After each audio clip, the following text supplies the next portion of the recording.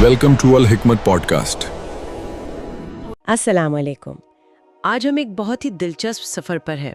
हम पैगंबर मोहम्मद सल्लल्लाहु अलैहि वसल्लम की ज़िंदगी के उस दौर को समझने की कोशिश करेंगे जब उन्हें नबूवत यानी पैगंबरी नहीं मिली थी। जी हाँ, ये उनके जीवन का एक बहुत ही महत्वपूर्ण हिस्सा है जिसे समझना ज़रूरी है। हाँ, मतलब उनकी शुरुआती साल कैसे थे, बिल्कुल। क्या क्या खास हुआ और उनका जो किरदार था वो कैसे बना। बिल्कुल। ये सारी जानकारी हमें मिली है यूट्यूब चैनल सिरात टीवी के एक वीडियो से। नाम है अल राहीक उल मकतूम F08। तो उसी के ट्रांसक्रिप्ट पर हम आज बात कर रहे हैं जी। और हमारा मकसद बस यही है कि इस जानकारी में से जो खास बातें हैं वो निकालें और समझें कि नबूवत से पहले के वो कौन से तजुर्बे थे जिन्होंने उनकी शख्सियत को वो शक्ल दी जो हम जानते हैं। सही बात है। एक तरह से नींव कैसे पड़ी ये समझना है। हाँ बिल्कुल। तो चलिए शुरू करते हैं। जरूर। तो सबसे पहले एक घटना का जिक्र आता है, एक जंग का, जंगे फिजार। इसे अनैतिक युद्ध भी कहते हैं। हाँ, फुजार का मतलब ही वो है जो सही ना हो, गलत हो। उस वक्त पैगंबर सल्लल्लाहु अलैहि वसल्लम की उम्र कोई 15 साल रही होगी। जी, काफी कम उम्र थी। और ये जंग हुई थी एक तरफ कुरैश और उनके साथी कबीले बनु किनाना और दूसरी तरफ थे कैस ऐलान कबीला। कबीलाई लड़ाइयाँ तो उस वक्त आम थी। हाँ, लेकिन इसे फुजार यानी अनैतिक क्यों कहा गया? वो इसलिए क्योंकि ये दो वजहों से गलत थी। एक तो ये मक्का के पवित्र इलाके मतलब हरम में लड़ी गई। अच्छा। और दूसरे ये उन महीनों में हुई जिन्हें अरब लोग हराम या पवित्र महीने मानते थे, जिनमें लड़ाई झगड़ा मना था। ओके, तो मतलब हुर्मत का लिहाज नहीं रखा गया। बिल्कुल, दोनों चीजों की हुर्मत मतलब पवित्रता का उल्लंघन हुआ, इसलिए फुजार। और जानकारी ये बताती है कि नबी सल्लल्लाहु अलैहि वसल्लम भी वहाँ थे। जी हाँ, वो मौजूद थे। उनकी भूमिका ये थी कि वो अपने चाचाओं को तीर पकड़ा रहे थे लड़ाई के दौरान। तो छोटी उम्र में ही उन्होंने ये जंग का माहौल देखा।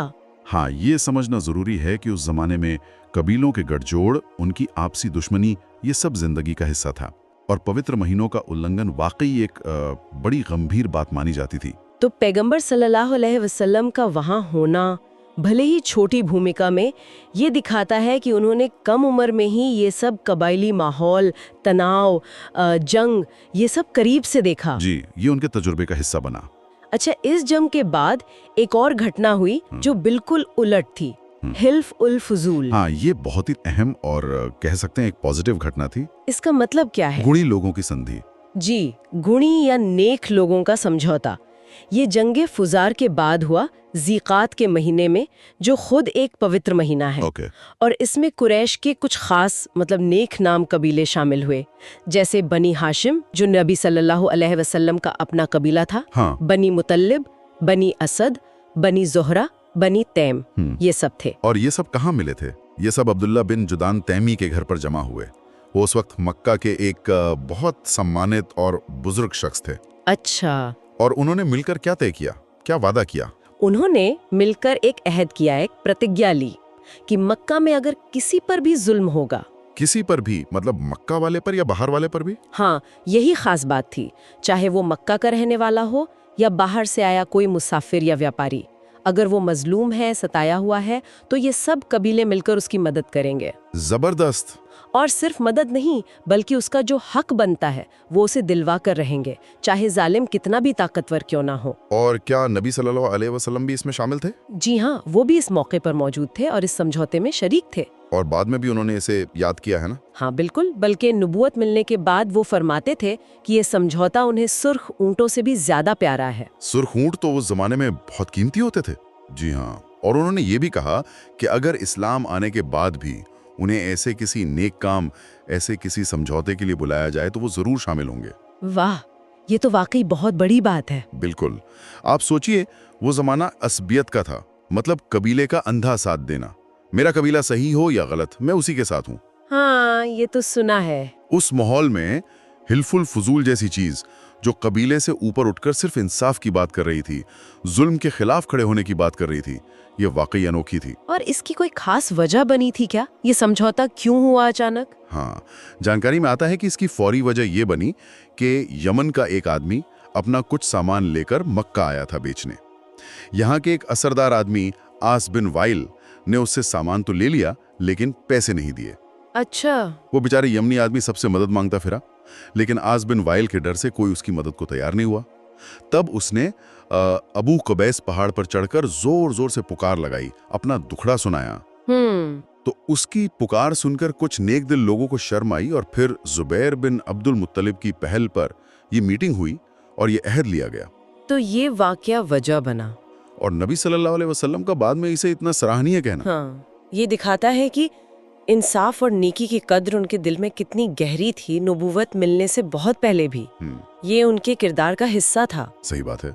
तो ये तो हुई कुछ बड़ी सामाजिक घटनाएं, लेकिन रोज की जिंदगी में वो क्या करते थे, मतलब गुजारा कैसे चलता था? देखिए, जानकारी बताती है कि शुरुआती दौर में कोई एक पक्का मुस्तकिल काम नहीं था। अच्छा। वो अक्सर बकरियां चराया करते थे, कभी बनी साद कबीले की जहाँ उनका बचपन गुजरा था। हाँ, वो तो हमने सुना था। और कभी मक्का में ही, मतलब कुछ मजदूरी कैरात के बदले में। और बकरियां चराना क्या आम बात थी उस वक्त? हाँ बिल्कुल, आम पेशा था। बल्कि कई लोग मानते हैं कि ये काम इंसान में सब्र पैदा करता है, सोचने समझने का मौका देता है, जिम्मेदारी सिखाता है। कई पैगंबरों के बारे में आता है कि उन्होंने अपनी जिंदगी में बकरियां चराई हैं। दिलचस्प।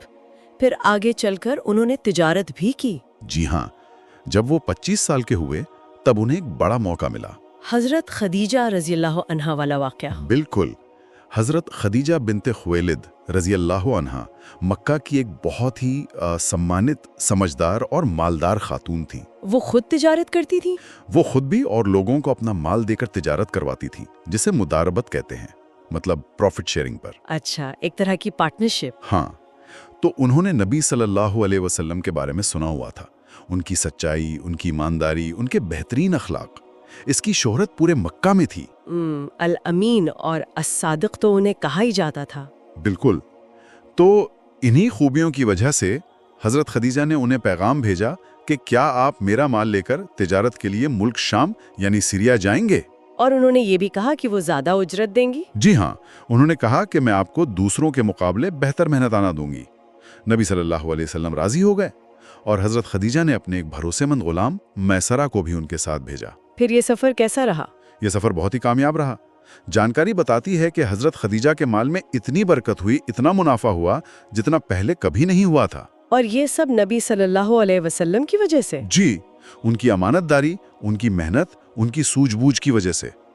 और जब मैसरा वापस आए तो उन्होंने हजरत खदीजा को सिर्फ व्यापार की कामयाबी नहीं बताई, बल्कि नबी सल्लल्लाहु अलैहि वसल्लम के बारे में भी बताया। हाँ, उन्होंने उनके अखलाक की, उनके मीठे स्वभाव की, उनकी समझदारी की, सच्चाई और ईमानदारी की बहुत तारीफ की। जो कुछ उन्होंने सफर में देखा था वो सब बताया। मैसरा की ये गवाही तो बहुत अहम रही होगी। यकीनन, मक्का जैसे बड़े ट्रेड सेंटर में जहां दूर दूर से लोग आते थे, वहां किसी की ईमानदारी की साख, उसका भरोसेमंद होना, ये बहुत बड़ी चीज थी। और मैसरा की बातों ने हजरत खदीजा के दिल में नबी सल्लल्लाहु अलैहि वसल्लम की इज्जत और भी बढ़ा दी होगी। बिल्कुल। और फिर इसी के बाद शादी का पैगाम भेजा गया। जी, मैसरा की बातें सुनकर हजरत खदीजा इतनी मुतासिर हुई कि उन्होंने खुद शादी का इरादा जाहिर किया। ये भी आता है कि उनसे पहले मक्का के कई बड़े बड़े सरदारों ने उन्हें शादी का पैगाम दिया था, लेकिन उन्होंने इनकार कर दिया था। उन्होंने खुद पहल की? हाँ, उन्होंने अपनी एक सहेली थी नफीसा बिनते मुनब्बा, उनके जरिए नबी सल्लल्लाहु अलैहि वसल्लम तक अपनी ख्वाहिश पहुंचाई। और नबी सल्लल्लाहु अलैहि वसल्लम राजी हो गए? जी, वो राजी हो गए। फिर उन्होंने अपने चाचाओं से बात की। चाचाओं ने हजरत खदीजा के चाचा अमर बिन असद से बात की और रिश्ता तय हो गया। निकाह में कौन लोग शरीक हुए? निकाह के वक्त नबी सल्लल्लाहु अलैहि वसल्लम के चाचा जैसे अबू तालिब और हमजा और बनी हाशिम के दूसरे लोग और मक्का के जो बड़े सरदार थे वो सब शरीक हुए। और ये शादी कब हुई? सफर से वापसी के कितने दिन बाद? सफर से वापसी के कोई 2 महीने बाद ये निकाह हुआ। महर कितना तय हुआ था? महर 20 ऊंट तय हुआ था। उस वक्त नबी सल्लल्लाहु अलैहि वसल्लम की उम्र 25 साल थी। और हजरत खदीजा की उम्र? हजरत खदीजा रज़ियल्लाहु अन्हा की उम्र उस वक्त 40 साल बताई जाती है। वो अपनी कौम की सबसे ज्यादा सम्मानित और बेहतरीन खातून थी। और ये नबी सल्लल्लाहु अलैहि वसल्लम की पहली शादी थी? जी हाँ, पहली शादी। और ये बात भी बहुत अहम है कि जब तक हजरत खदीजा हयात रहीं, नबी सल्लल्लाहु अलैहि वसल्लम ने कोई दूसरी शादी नहीं की। ये शादी वाकई बहुत खास लगती है। बिल्कुल, ये सिर्फ कोई आम शादी नहीं थी, ये आपसी इज्जत, एक दूसरे के किरदार की पहचान पर आधारित थी। उस जमाने के लिहाज से देखें जहां उम्र का फर्क या औरत का पहले शादीशुदा होना, हजरत खदीजा पहले भी शादीशुदा थीं और उनके बच्चे भी थे, मायने रखता था। ये रिश्ता बहुत आगे की सोच वाला था। हाँ, और हजरत खदीजा का किरदार भी तो बहुत मजबूत था। यकीनन वो सिर्फ उनकी बीवी नहीं थी। नबूवत मिलने के बाद जो मुश्किल तरीन साल आए, उनमें वो उनकी सबसे बड़ी मददगार, सबसे बड़ी सपोर्टर, हौसला बढ़ाने वाली साथी साबित हुई। उनका मकाम बहुत बुलंद है। जी हाँ। अच्छा, उनके औलाद का भी जिक्र कर लें। जी, जानकारी के मुताबिक हजरत खदीजा से नबी सल्लल्लाहु अलैहि वसल्लम के 2 बेटे हुए। कासिम, जिनके नाम पर आपकी कुनियत अबुल कासिम पड़ी, और अब्दुल्ला, जिन्हें तोयब और ताहिर भी कहते थे। और 4 बेटियां। हाँ, 4 बेटियां, ज़ैनब, रुकैया, उम्मे कुलसूम और फातिमा रज़ी अल्लाह अन्हा। बेटों का तो इंतकाल बचपन में ही हो गया था। जी हाँ, दोनों बेटे बचपन में ही वफात पा गए। बेटियां माशाल्लाह सब इस्लाम के ज़माने तक पहुंची, सब मुसलमान हुई, हिजरत भी की। लेकिन हजरत फातिमा के सिवा बाकी सबका इंतकाल? हाँ, हजरत फातिमा रज़ियल्लाहु तआला अन्हा के अलावा बाकी तीनों बेटियों का इंतकाल नबी सल्लल्लाहु अलैहि वसल्लम की जिंदगी में ही हो गया था। हजरत फातिमा का इंतकाल आपके दुनिया से पर्दा करने के करीब 6 महीने बाद हुआ। अल्लाह सब पर रहम करे। अब आते हैं एक और बहुत मशहूर और अहम वाक़े पर, खाना काबा की दोबारा तामीर। जी, ये भी नबूवत से पहले का एक बहुत बड़ा वाक़या है। उस वक्त नबी सल्लल्लाहु अलैहि वसल्लम की उम्र 35 साल के करीब थी। काबा की तामीर दोबारा क्यों करनी पड़ी? कई वजह थी। एक तो ये कि इमारत काफ़ी पुरानी हो चुकी थी, हज़रत इस्माइल अलैहिस्सलाम के ज़माने की बनी हुई, दीवारें काफ़ी नीची थीं, कोई 9 हाथ के करीब, और छत भी नहीं थी। छत नहीं थी? जी नहीं। और इसी वजह से एक बार काबा के अंदर जो खजाना रखा था वो चोरी हो गया। ओहो। फिर इमारत वैसे भी कमज़ोर हो गई थी, दीवारों में दरारें पड़ गई थी, और उसी दौरान मक्का में एक बहुत बड़ा सैलाब आया, जोरदार बाढ़। तो उससे खतरा बढ़ गया। हाँ, उससे ये खतरा हो गया कि कहीं काबा की दीवारें गिरी न जाएं। तब कुरैश ने मिलकर फैसला किया कि इसे दोबारा बनाना ज़रूरी है। और वो हलाल माल वाली शर्त भी रखी थी ना? हाँ, ये बहुत अहम बात थी। उन्होंने तय किया कि इस मुबारक काम में सिर्फ और सिर्फ हलाल कमाई का पैसा ही लगाया जाएगा। मतलब सूद का पैसा, जुल्म से कमाया हुआ पैसा या किसी भी किस्म का नाजायज़ माल इसमें इस्तेमाल नहीं होगा। ये तो बड़ी अच्छी सोच थी। बिल्कुल। अब मसला आया पुरानी इमारत को गिराने का। लोगों में थोड़ा डर था, अदब था कि अल्लाह के घर को कैसे गिराएं, कहीं कोई नाराजगी ना हो जाए। हाँ, हो सकता है। आखिर में अल वलीद बिन मुगीरा मखजूमी नाम के एक सरदार ने हिम्मत की और पहला फावड़ा चलाया। उसके बाद फिर सब लोग लग गए और इमारत को हज़रत इब्राहीम अलैहिस्सलाम की बुनियादों तक गिरा दिया गया। काबा तो हमेशा से अरबों के लिए और ख़ासकर कुरैश के लिए सबसे मुक़द्दस, सबसे अहम जगह रहा है। उनका ये फैसला कि सिर्फ पाकीज़ा माल इस्तेमाल करेंगे, ये उनके अंदरूनी कह सकते हैं मजहबी हिस्स को दिखाता है। चाहे समाज में जो भी चल रहा हो, अल्लाह के घर की ताज़ीम का ख्याल था। सही बात। तो फिर तामीर शुरू हुई। जी, तामीर शुरू हुई। हर कबीले को काम बांटा गया, सबने अपने अपने हिस्से के पत्थर जमा किए। एक रूमी मिस्त्री था बाकूम नाम का, वो काम की देखरेख कर रहा था। दीवारें उठने लगी। हाँ, दीवारें उठती गई, लेकिन जब दीवारें इतनी ऊंची हो गईं कि अब हजरे अस्वद, वो काला मुबारक पत्थर, उसको उसकी जगह पे रखने का वक्त आया, तब मसला खड़ा हो गया। हाँ, तब कबीलों में झगड़ा शुरू हो गया। हर कबीला चाहता था कि ये शरफ, ये इज्जत, ये शहादत उसे मिले कि वो हजरे अस्वद को उसकी जगह पे रखे। अच्छा, ये तो बड़ा नाजुक मामला था। बहुत सैंडा। बात इतनी बढ़ गई कि झगड़ा 4-5 दिन तक चलता रहा। तलवारें खिंच गईं। ऐसा लगने लगा कि बस अब खून खराबा होकर रहेगा। माहौल बहुत बहुत तनाव वाला हो गया था। फिर हल कैसे निकला? तभी कुरैश के एक बुजुर्ग थे, अबू उमैया बिन मुगीरा मखजूमी। उन्होंने एक बड़ी समझदारी की बात कही। क्या कहा उन्होंने? उन्होंने कहा, देखो भाई, आपस में लड़ने से अच्छा है हम ये मामला अल्लाह पर छोड़ते हैं। ऐसा करते हैं, कल सुबह जो शख्स सबसे पहले मस्जिद हराम के इस दरवाजे से बाबे बनी शैबा से अंदर आएगा, हम उसी को अपना हकम, अपना पंच मान लेंगे। अच्छा, मतलब वो जो फैसला करेगा सबको मानना पड़ेगा? हाँ, वो जो फैसला कर दे हम सब उसे मान लेंगे। सब लोग इस बात पर राजी हो गए। चलो ठीक है। फिर अगले दिन सुबह सबकी नजरें उस दरवाजे पर लगी हुई थीं। और अल्लाह की शान देखिए, सबसे पहले जो शख्स उस दरवाजे से दाखिल हुए वो कौन थे? मोहम्मद सल्लल्लाहु अलैहि वसल्लम। जी हाँ, मोहम्मद सल्लल्लाहु अलैहि वसल्लम। उन्हें देखते ही सब एक जबान होकर बोल उठे, हाजा अलमीन रदीना बिही हाजा मोहम्मद। मतलब अरे ये तो अलमीन है, हम इनसे राजी हैं, ये मोहम्मद हैं। सुभान अल्लाह। जब उन्हें पूरा मामला बताया गया कि ये झगड़ा है, तो आप सल्लल्लाहु अलैहि वसल्लम ने देखिए कितनी खूबसूरती से मसला हल किया। हाँ, क्या किया उन्होंने? उन्होंने एक चादर मंगवाई, हजरे अस्वद को अपने मुबारक हाथों से उठाया और चादर के बीच में रख दिया। फिर उन्होंने कहा कि जितने भी झगड़ने वाले कबीले हैं उन सब के सरदार आएं और चादर का एक एक कोना पकड़ लें। अच्छा, सबको शामिल कर लिया। हाँ, सब ने मिलकर चादर को उठाया। जब पत्थर अपनी सही जगह की ऊंचाई तक पहुंच गया तो आप सल्लल्लाहु अलैहि वसल्लम ने आगे बढ़कर उसे अपने मुबारक हाथों से उठाकर दीवार में उसकी जगह पर नस्ब कर दिया, मतलब स्थापित कर दिया। वाह, क्या कमाल का, क्या माकूल फैसला था। बिल्कुल, सब खुश हो गए, सबकी इज्जत रह गई, किसी को यह एहसास नहीं हुआ कि उसे नजरअंदाज किया गया। और सबसे बड़ी बात, एक बहुत बड़ा फसाद, खून खराबा होने से टल गया। वाकई उनकी बेमिसाल जहानत, उनकी समझदारी, उनकी मामला फहमी का सबूत है। जी हाँ, उन्होंने मसले की जड़ को पकड़ा और ऐसा हल निकाला जो सबको कबूल हो। इस एक घटना ने नुबुव्वत मिलने से पहले ही उनकी जो पहचान थी अल अमीन की, सबसे भरोसेमंद, सबसे समझदार, उसको और भी ज्यादा मजबूत कर दिया।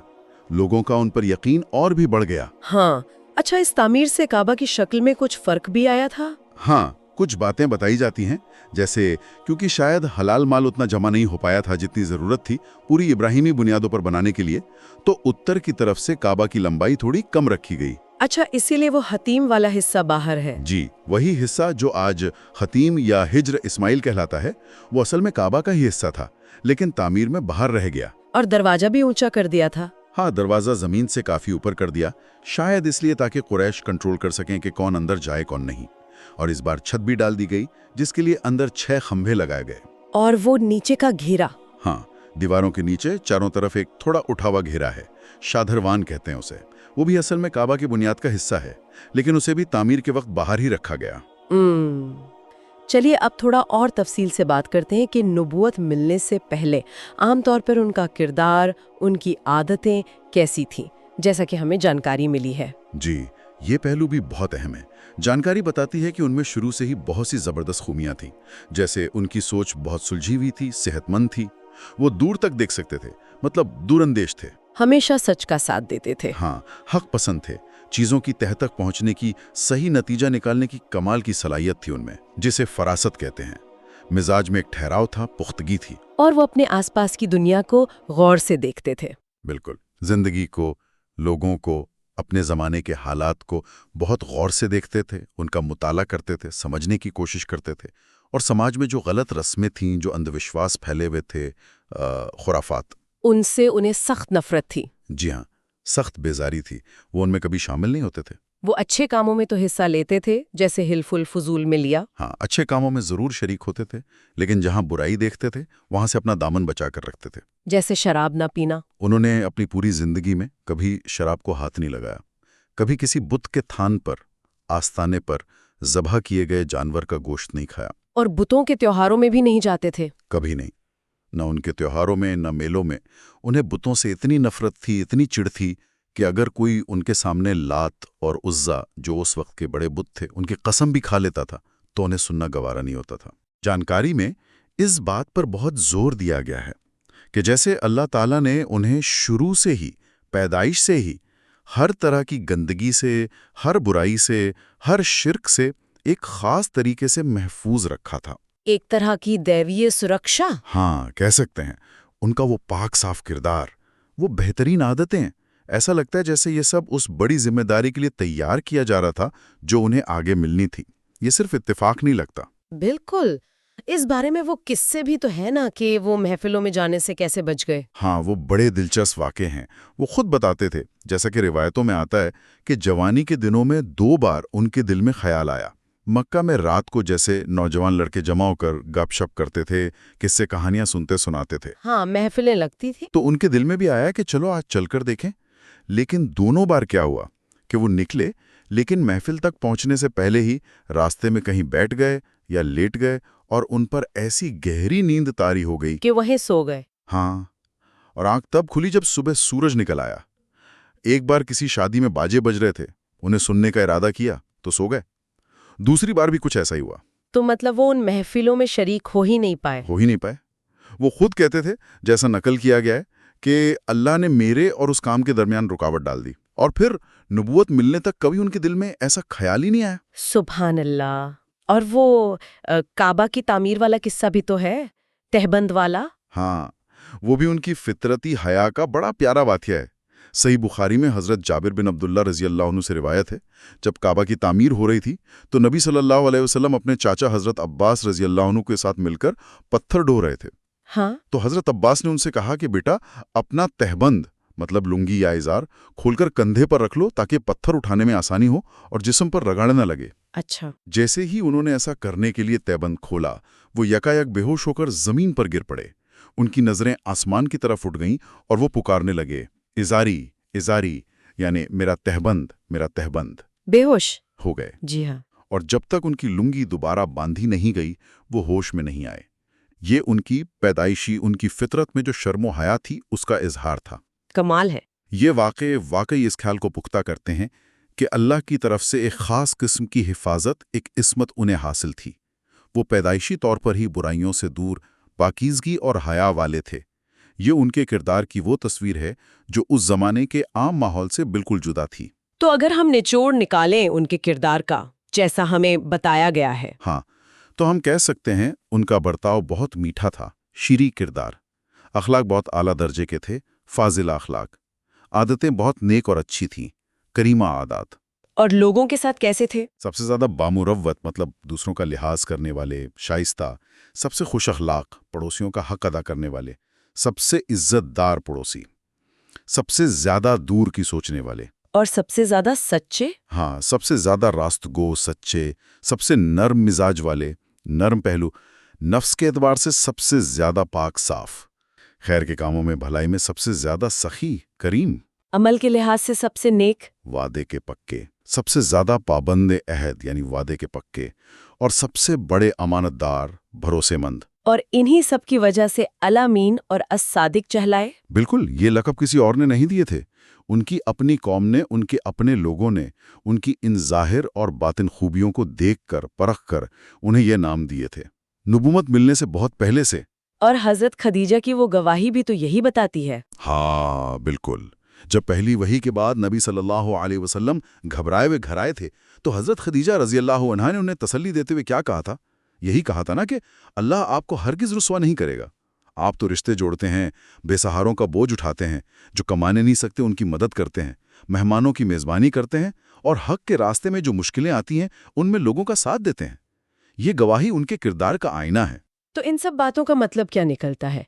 आज हमने जंग फुजार, हिल्फुल फुजूल से लेकर उनके काम, उनकी शादी, फिर काबा की तामीर में उनका किरदार, और सबसे बढ़कर नबूवत से पहले उनका वो बेदाग और भरोसेमंद चरित्र अल-अमीन, इस सब पर बात की। जी। तो ये सारी कड़ियां मिलकर उनकी शुरुआती सालों की एक तस्वीर बना देती हैं। एक ऐसे इंसान की तस्वीर जो अपनी कौम में, अपने समाज में पैगंबर बनने से बहुत पहले ही अपनी ज़ाती खूबियों की वजह से सबसे अलग, सबसे मुमताज़ और सबसे ज़्यादा सम्मानित था। और दिलचस्प बात यह है कि ये जो इज्जत थी, ये जो भरोसा था, ये जो अल-अमीन और अस-सादिक की साख उन्होंने अपनी ज़िंदगी के पहले 40 सालों में बनाई, हाँ, ये बाद में उनके मिशन के लिए, उनके पैगाम को लोगों तक पहुंचाने के लिए एक बहुत बड़ी बुनियाद साबित हुई। कैसे? देखिए, जब उन्होंने लोगों को इस्लाम की दावत दी, तो बेशक बहुत से लोगों ने मुखालफत की, दुश्मनी की, लेकिन बहुत से लोग ऐसे भी थे जिन्होंने ये ज़रूर सोचा होगा कि भाई ये वो शख्स है जिसने अपनी पूरी ज़िंदगी में कभी हमसे झूठ नहीं बोला, कभी धोखा नहीं दिया, हमेशा अमानतदारी और सच्चाई से काम लिया, तो ये अल्लाह के बारे में कोई झूठी बात कैसे कह सकता है? हाँ, ये बात तो सोचने वाली है। उनकी यही पहली की नेकनामी, उनकी यही बेदाग जिंदगी, उनकी दावत की शुरुआती कबूलियत की एक बहुत बड़ी वजह बनी। लोगों के लिए मानना आसान हुआ कि जो इंसानों के मामले में इतना सच्चा और अमीन है, वो अल्लाह के मामले में कैसे झूठा हो सकता है। ये वाकई बहुत अहम नुक्ता है। और इसी से जुड़ा एक सवाल शायद हम अपने सुनने वालों के लिए छोड़ सकते हैं। जरूर। जरा सोचिए, उस जमाने का मक्का, कबीलाई झगड़े, बुत परस्ती, सूद खोवी और भी न जाने क्या क्या बुराइयां थीं। जी, जाहिलियत का दौर था। ऐसे माहौल में अल्लाह की तरफ से सीधी रहनुमाई यानी वही आने से पहले सिर्फ अपने किरदार, अपनी कोशिश, अपनी फितरत की बिना पर ऐसा बेदाग चरित्र बनाए रखना, और सिर्फ बनाए नहीं रखना बल्कि अल-अमीन जैसी जबरदस्त साख कायम करना, इसका सबसे मुश्किल, सबसे चैलेंजिंग पहलू क्या रहा होगा? ये गहरा सवाल है, इस पर गौर करना चाहिए। बिल्कुल, तो इस सवाल पर जरूर सोचिएगा। आज के लिए बस इतना ही, अगली बार फिर मिलेंगे।